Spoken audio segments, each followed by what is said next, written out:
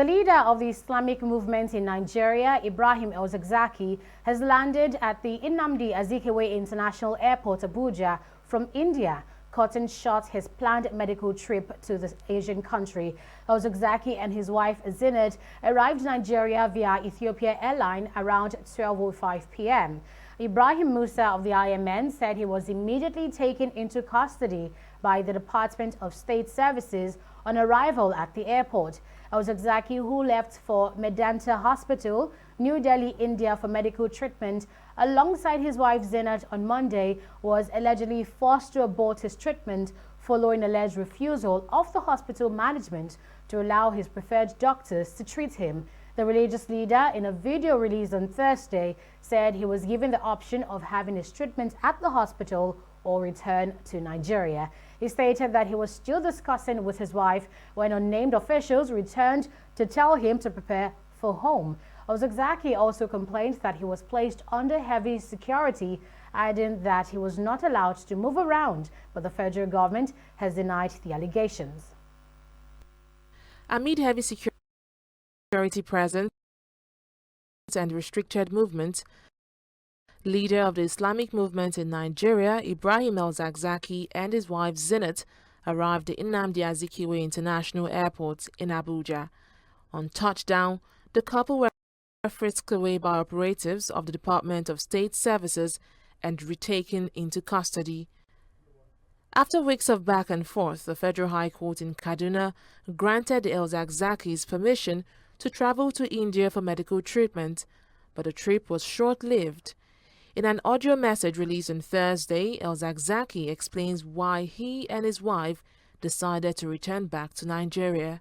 I have heard that the Nigerian authorities have issues with some statements, which are laced with lies. It is up to the people to agree with me or side with the government's version of the story. What we truly understood was they tried to take us to a different hospital because we chose this hospital. In fact, they scheduled the flight with their own private jet, saying they would take us to a hospital called Fortis. We then told them about the hospital we chose, but they said they investigated. So they would have taken us to Fortis if we had agreed. What they have been telling us, or what they have been trying to tell you, we are the ones who chose this hospital. But what they are telling the management of the hospital is, it is the Nigerian government who brought us here. And it is asking the government of India to provide us with security, because it was bringing in some individuals who are being charged with treasonable offenses and they are suffering from unspecified ailments. So, according to them, they always have no ideas or reports of what we are suffering from. I told them what they were trying to ask us have already been identified by many doctors, including foreign doctors, and they believed we are suffering. They said their condition is every patient has to start the process from the beginning. It is like you have to come to the hospital because you have a bullet lodged in your body that needs to be removed, only told that you are suffering from unknown ailments, or you are suffering from lead poison or cadmium, only to be told nobody knows what is actually wrong with you, or that you have come for knee surgery and you are told that you have to undergo a checkup from the beginning, even though there exist records and information is provided by doctors about what you are really suffering from. Nevertheless, since we did not trust Fortis Hospital, they finally agreed with Mendata. It is when we arrived that they started these tricks. We told them we are here, but they said this was not what they were told. So we have to abide by their rules so long as we want to stay here. This is why we conclude we cannot get the cooperation we expected from the hospital. So a diplomatic staff from Nigerian High Commission came here and we held talk for hours. It was during the discussion that I told him about what we need, and that if we could not get a trusted place, we had better return home.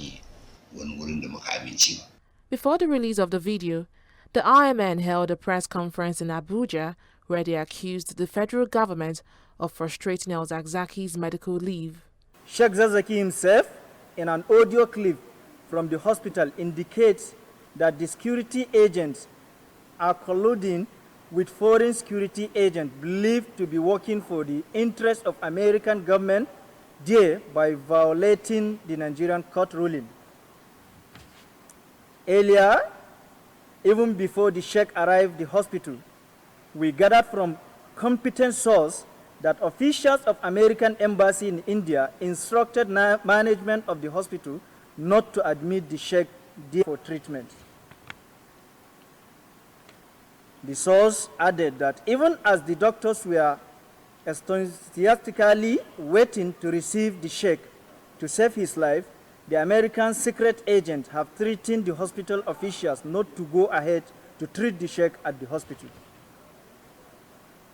It is mandatory for the Nigerian government to immediately do the needful and allow Sheikh El-Zakzaky to see his doctors and shun all interest of any entity that doesn't care for the well-being of Nigeria and humanity at large. But the federal government in response dismissed the allegations, saying the IMN leader had ulterior motives and displayed unruly behavior since arriving in India. For the IMN leader back in the country, the question of what comes next remains unanswered. Fidelia Aguncha, TV 360, Abuja.